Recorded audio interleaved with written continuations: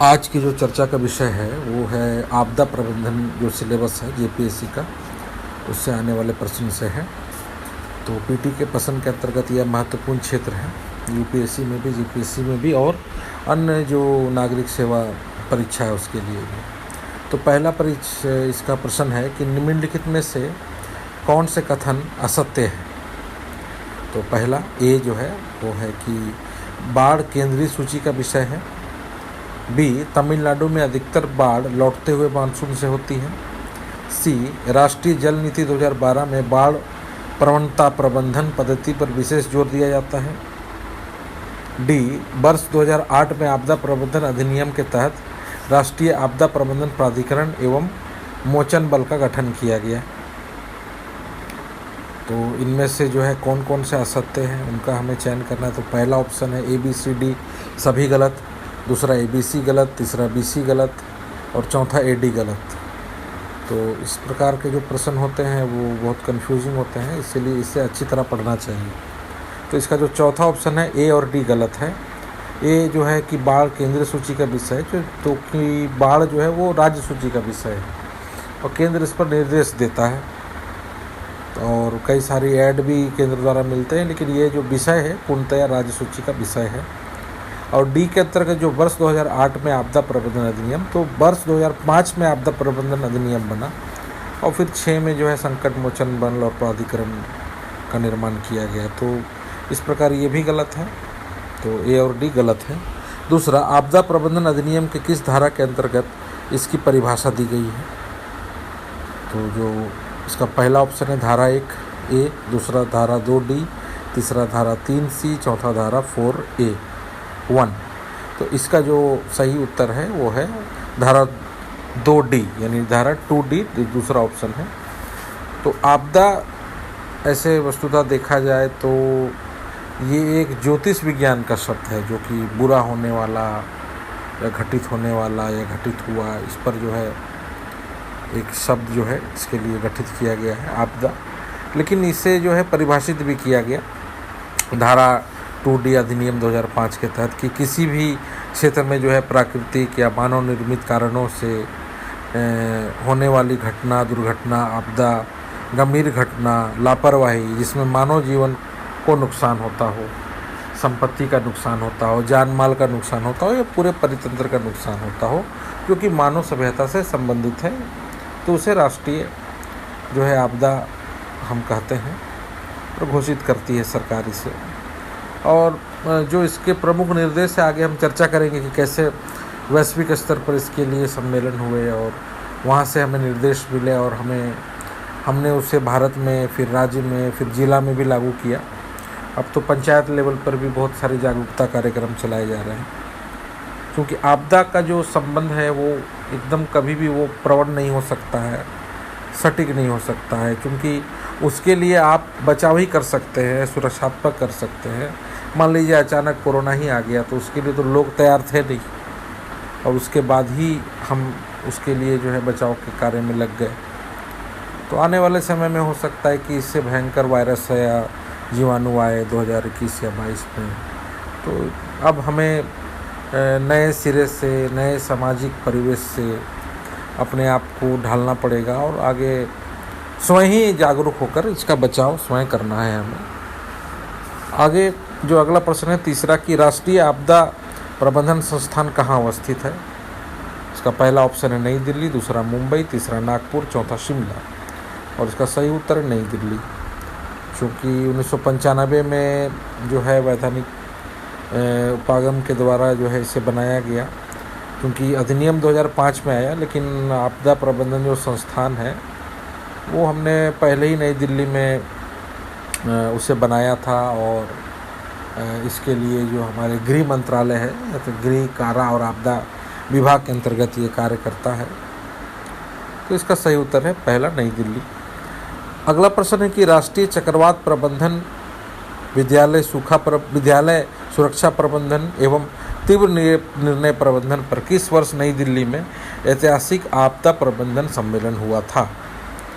तो इसका पहला ऑप्शन है 2016, दूसरा 2017, तीसरा 2018 और चौथा 2019।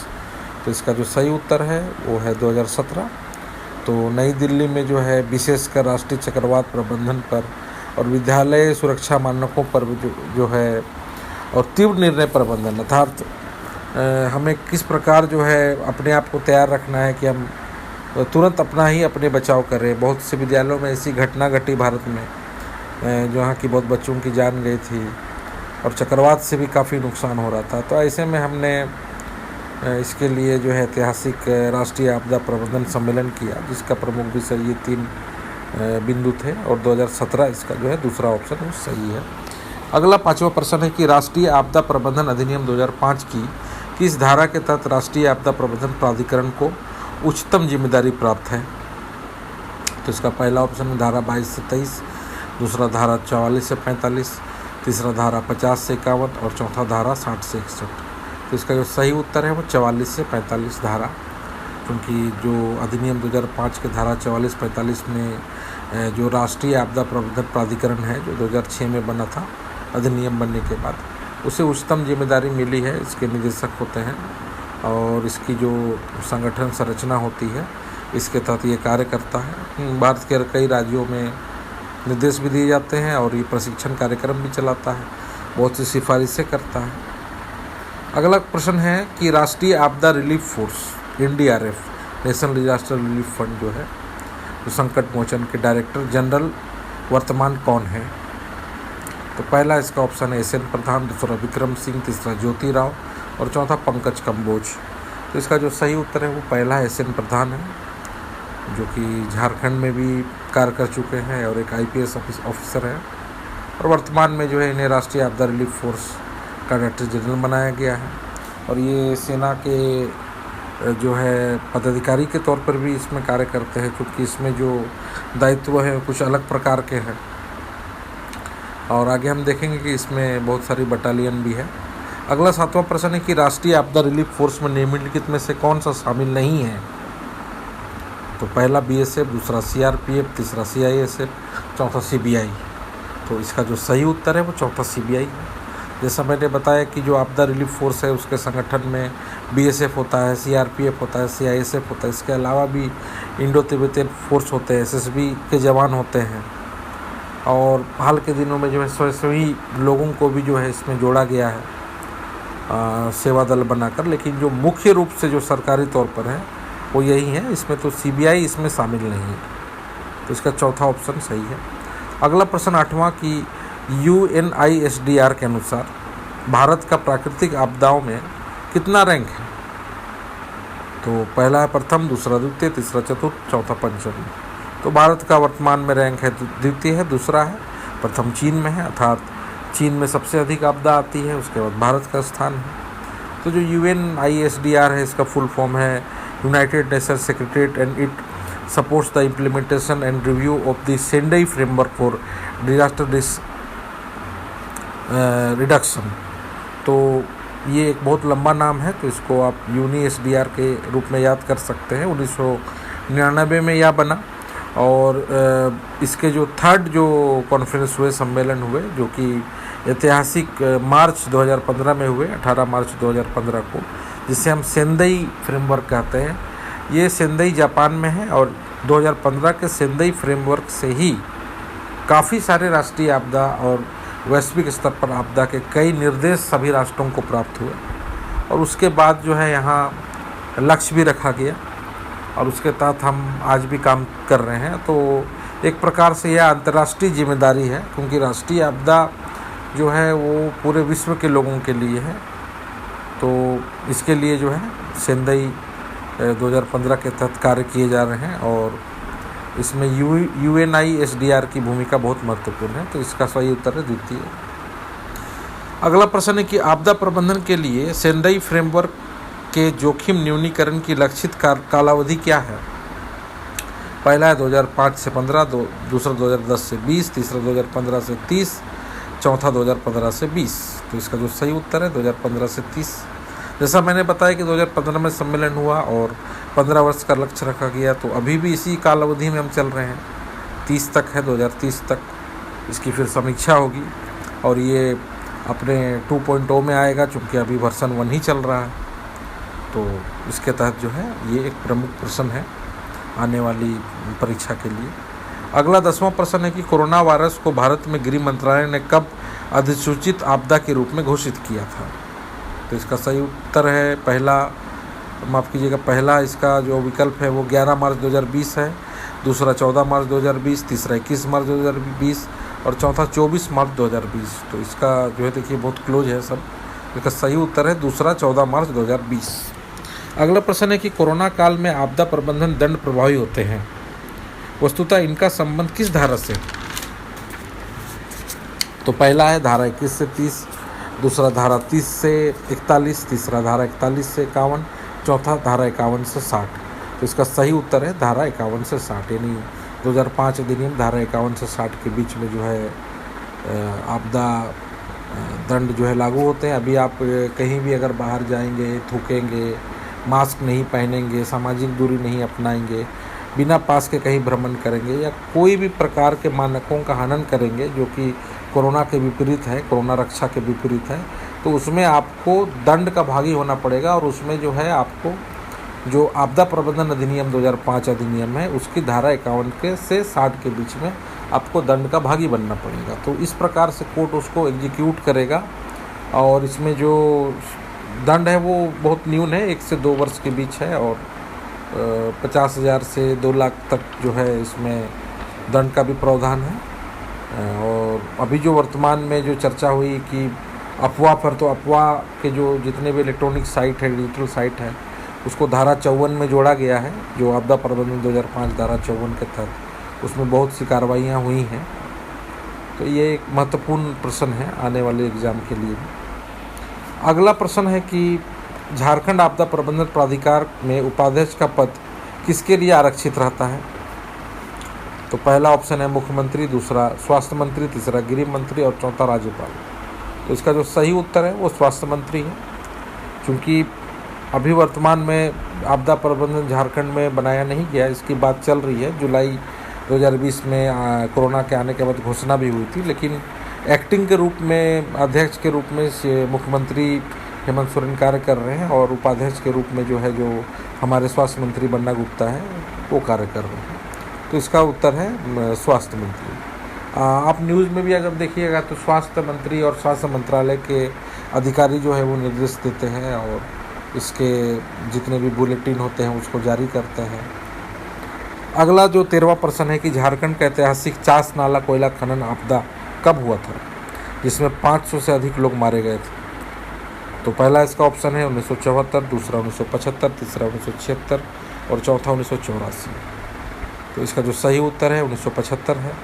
ये आपके लिए बहुत इम्पोर्टेंट है, क्योंकि ऑफिशियली 380 लोग मारे गए थे, इसमें जल जमाव हुआ था, साथ ही मीथेन गैस का भी रिसाव हुआ था, बरसात में बहुत लोग इसमें मारे गए थे।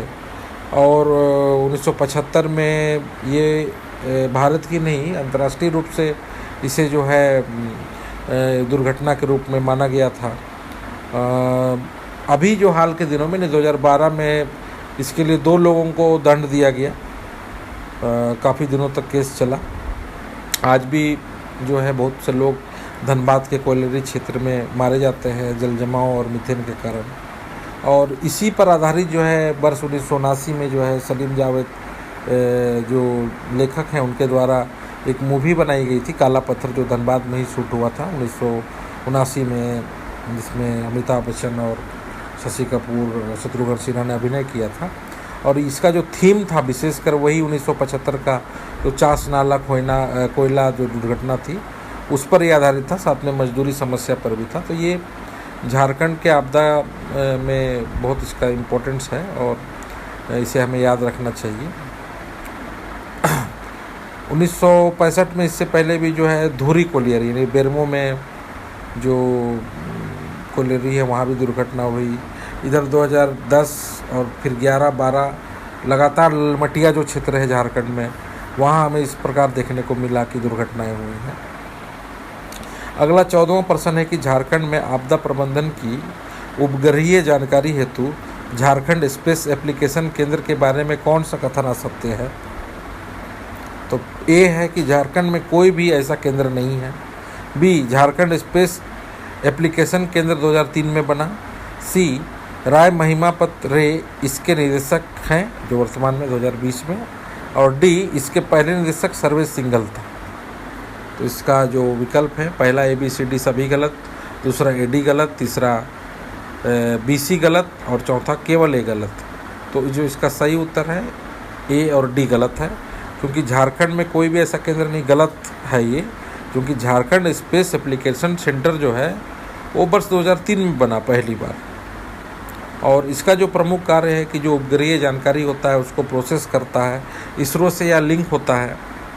और इसके अंतर्गत जो इसके जो पहले जो अध्यक्ष थे वो डॉक्टर AP सुबोधी थे, जो इसरो के वैज्ञानिक थे 2003 से 7 के बीच। और ये जो सर्वेश सिंघल थे, जो कि डी भी गलत है, पहले निदेशक सर्वेश सिंघल थे, ये गलत है, क्योंकि सर्वेश सिंघल 5वें निदेशक थे इसके। जैसा मैंने बताया कि डॉक्टर AP सुबोधी जो इसरो के नामी जो है वैज्ञानिक थे, ये पहले अध्यक्ष रह चुके हैं। और वर्तमान में जो राय महिमापत रे जो है, जो एक IAS अधिकारी इसके निदेशक है। तो इस प्रकार जो है इसका जो सही उत्तर है वो 2 है, AD गलत है। अगला प्रश्न है 15वां प्रश्न कि आपदा के तहत हाथी से बचने के लिए कौन सी चीज़ अधिक कारगर है। तो पहला मिर्च पाउडर, दूसरा लहसुन, तीसरा केला, चौथा नीम का पेड़। तो इसका जो ऑप्शन पहला है कि मिर्च पाउडर। तो ये सरकार के द्वारा निर्देश भी दिया जाता है कि गोबर, उसके बाद मिर्च पाउडर जो लाल मिर्च पाउडर है, फिर मोबिल ग्रीस, और उसको सभी को रस्सी में लपेट कर जलाने से जो लाल मिर्च की जो तीखी गंध होती है वो हाथी के नाक में अटकती है और उससे वो भागता है। तो ये सरकारी निर्देश 2015 में भी दिए गए थे, और इससे बचने के लिए जो गाँव के लोगों को जागरूक किया जाता है। सारंडा जो हमारा क्षेत्र है, जैसे पश्चिमी सिंहभूम का है, पूर्वी सिंहभूम का क्षेत्र, खूंटी का क्षेत्र, सिमडेगा का क्षेत्र, इन क्षेत्रों में जो है इस प्रकार हाथी की जो आपदा है, इससे कई घर तोड़े जाते हैं, कई लोगों की जान जाती है, और गांव में वो हमला करते हैं, धान खा जाते हैं, घरों को तोड़ते हैं। तो इसके बचाव के लिए उन्हें जानकारी दी जाती है। तो इसका जो पहला ऑप्शन है मिर्च पाउडर, वो सही है। आप भी इसे आजमा सकते हैं। अगला प्रश्न है 16वां कि झारखंड का कौन सा जिला निम्नलिखित में अधिक भूकंपीय जोन वाला जिला है। तो पहला पश्चिमी सिंहभूम, दूसरा सिमडेगा, तीसरा साहेबगंज, चौथा रांची। इसका सही उत्तर है साहेबगंज, क्योंकि झारखंड में जो जोन 4 यानी सेंसिटिव जो है साहेबगंज और गोड्डा आता है, और जो पश्चिमी सिंहभूम और रांची है जोन 2 में है। तो इसका जो सही उत्तर है वो साहेबगंज है।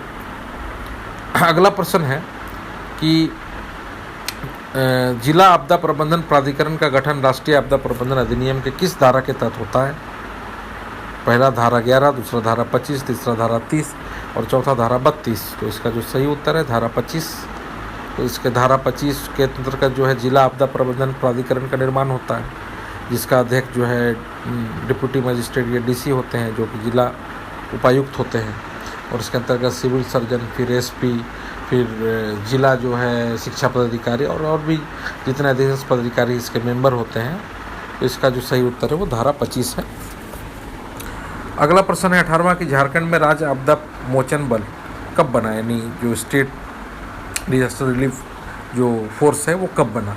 तो पहला है इसका उत्तर 2012, दूसरा 2015, तीसरा 2016 और चौथा 2018। तो इसका सही उत्तर है 2016। वर्ष 2016 में इसके लिए स्पेशल टास्क फोर्स बनाया गया है, और इसके जो कंपोजिशन में 1 बटालियन है, 1 यूनिट में 132 मेंबर हैं और 25 पद हैं।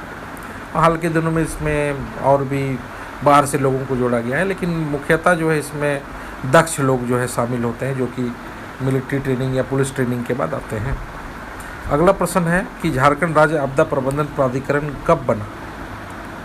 तो इसका पहला विकल्प है 2005, दूसरा 2008, तीसरा 2010 और चौथा 2016।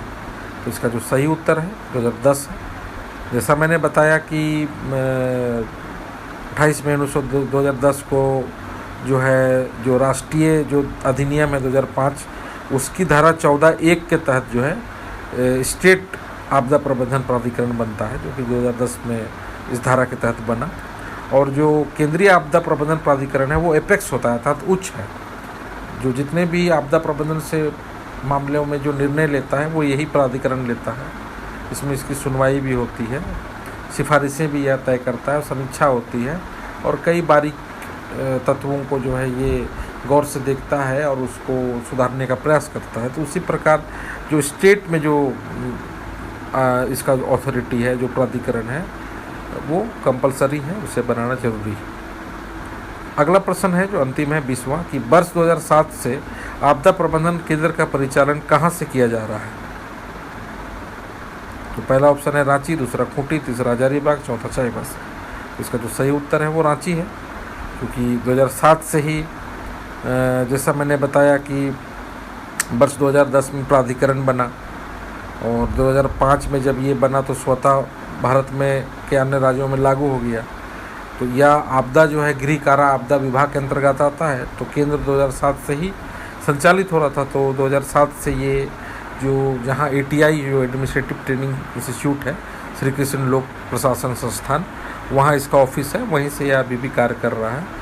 और इसके जो और विंग हैं, जो कि मुख्यमंत्री जो सचिवालय है, उसके जो गृह विभाग के अंतर्गत, जो गृह मंत्रालय के अंतर्गत आपदा विभाग के अंतर्गत ये कार्य करता है और समय समय पर इसकी मीटिंग होती है और निर्देश जारी किए जाते हैं।